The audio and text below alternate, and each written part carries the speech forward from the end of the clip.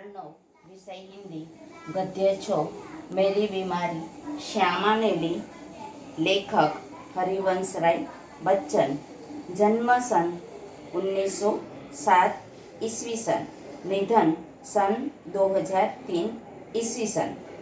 तो हरिवंशराय बच्चन वो अमिताभ बच्चन के पिता है। वो बहुत मशहूर लेखक है और उसके बारे में हम जानेंगे। हिंदी साहित्य में हरिवंशराय बच्चन का नाम उनकी एकमात्र कृति से ही अमर हो गया। हालांकि विपुल मात्रा में साहित्य सर्जन किया है। छायावादोत्तर काल के कवियों में बच्चन एक विशिष्ट सर्जक रहे हैं।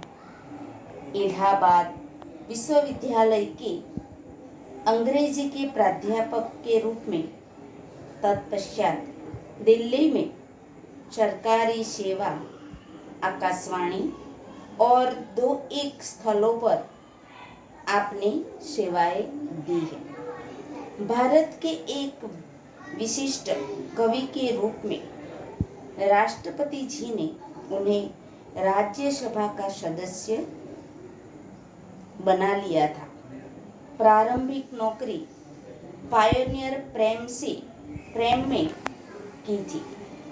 मधुशाला के कवि के रूप में बच्चन जी को इतनी शोहरत मिली कि उनकी मधुशाला का सभा सम्मेलनों, कवि गोष्ठी आदि में होता था।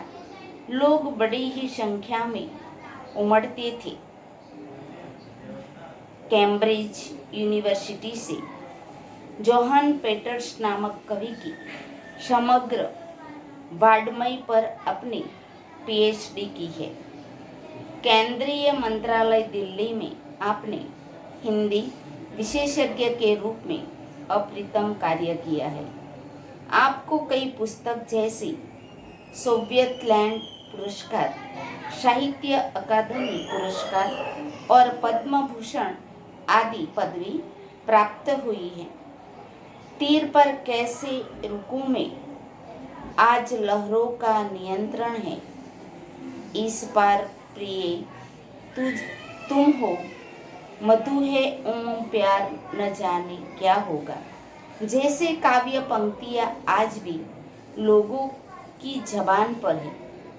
मधुशाला, निशा, नियंत्रण, सप्तरंगी, मिलन, यामिनी, आकोल, अंतर और एकांत संगीत नामक इनकी सुप्रसिद्ध काव्य संग्रह है। तो क्या भूलूं क्या याद करूं, नीड़ का निर्वाण फिर बसीरा से दूर और 10 द्वार से सोपान तक शीर्षक से 4 खंडों में लिखी आपकी आत्मकथाएं हैं। मेरी बीमारी श्यामा ने ली आत्मकथांश है जो क्या भूलूं क्या याद करूं में से लिया गया है। बच्चन जी की प्रथम पत्नी का नाम श्यामा था, जो सही अर्थ में एक आदर्श जीवन संगिनी थी। श्यामा की बीमारी उसकी खुद की न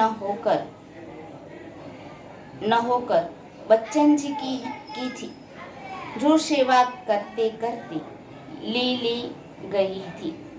बच्चन जी का यह मंतव्य श्यामा की पति भक्ति, कर्तव्य परायणता और निष्ठा का प्रतीक है। तो विद्यार्थी मित्रों, मेरी बीमारी श्यामा ने ली हरिवंशराय बच्चन एक मशहूर निबंधकार है। तो उन्होंने मेरी बीमारी श्यामा ने ली वो गद्य में हरिवंशराय बच्चन की सेवा करते करते उसकी पत्नी श्यामा बीमार हो जाती है। तो ये था हमारे कवि का परिचय। और आगे तो गांधी जी कहते थे कि बीमार होना एक अपराध है। बच्चन जी गांधी जी के इस कथन से सहमत थे। वे इसे एक दंडनीय अपराध मानते थे। इसीलिए वे अपनी छोटी मोटी बीमारियों की परवाह नहीं करते थे। इन बीमारियों में वे और अधिक काम करते थे।